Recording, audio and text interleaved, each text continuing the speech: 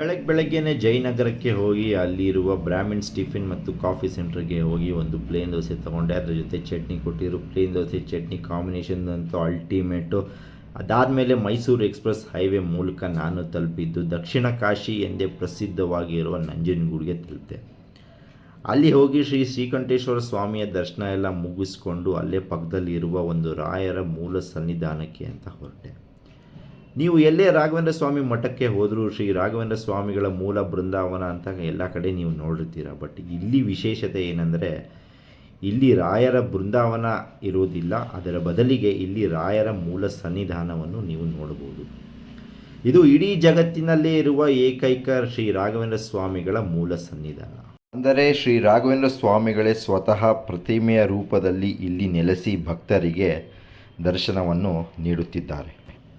ಬನ್ನಿ ನಾವು ಈಗ ಮಠದ ಒಳಗೆ ಹೋಗಿ ಶ್ರೀ ರಾಘವೇಂದ್ರ ಸ್ವಾಮಿಗಳ ಮೂಲ ಸನ್ನಿಧಾನವನ್ನು ನೋಡಿಕೊಂಡು ಹಾಗೆ ಶ್ರೀ ಮಠ ಹೇಗಿದೆ ಅಂತ ನೋಡಿಕೊಂಡು ರಾಯರ ಅನುಗ್ರಹವನ್ನು ಪಡೆಯೋಣ. ಬನ್ನಿ.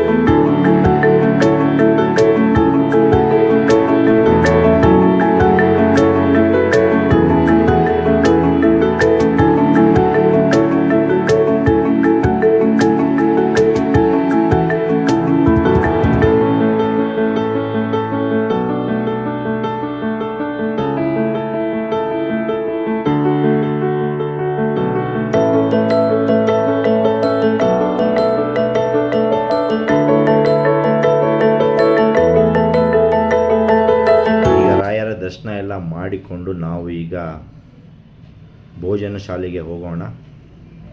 ಮಠದ ಒಳಗಡೆಯಿಂದನೇ ಒಂದು ದಾರಿ ಇದೆ ಭೋಜನ ಶಾಲೆಗೆ, ಅಲ್ಲಿಂದ ಒಂದು ಸ್ವಲ್ಪ ದೂರ ಒಳಗಡೆಯಿಂದ ನಡ್ಕೊಂಡು ಹೋಗಬೇಕು.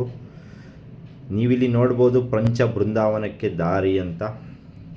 ಇದರ ವಿಶೇಷತೆ ಏನೆಂದರೆ ನೀವು ಈ ಮಠದಲ್ಲಿ ನೀವು ಪಂಚ ಬೃಂದಾವನಕ್ಕೆ ಹೋಗಿ ನೋಡಿ ದರ್ಶನವನ್ನು ಪಡೆಯಬಹುದು. ಇದು 5 ಸಂತರ ಪಾರ್ಥಿವ ಶೇಷಗಳನ್ನು ಹೊಂದಿದೆ. ಅವು ಯಾವುವು ಎಂದರೆ ಶ್ರೀ ಸುಜ್ಞಾನೇಂದ್ರ ತೀರ್ಥರು, ಶ್ರೀ ಸುಬೋಧೇಂದ್ರ ತೀರ್ಥರು, ಶ್ರೀ ಸುಪುಗ್ನೇಂದ್ರ ತೀರ್ಥರು, ಶ್ರೀ ಸುಜ್ಞಾನೇಂದ್ರ ತೀರ್ಥರು ಹಾಗೂ ಶ್ರೀ ಸುಕೃತೇಂದ್ರ ತೀರ್ಥರು.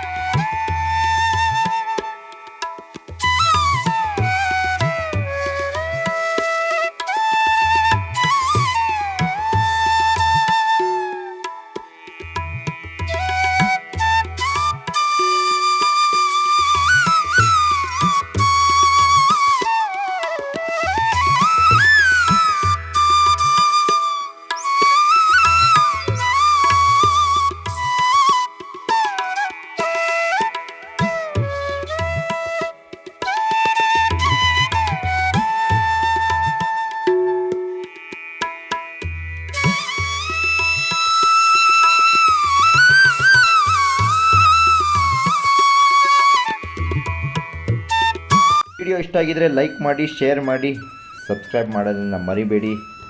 ರಾಯರ ಅನುಗ್ರಹ ಎಲ್ಲರ ಮೇಲೂ ಇರಲಿ ಅಂತ ಹೇಳ್ತಾ ಥ್ಯಾಂಕ್ ಯು.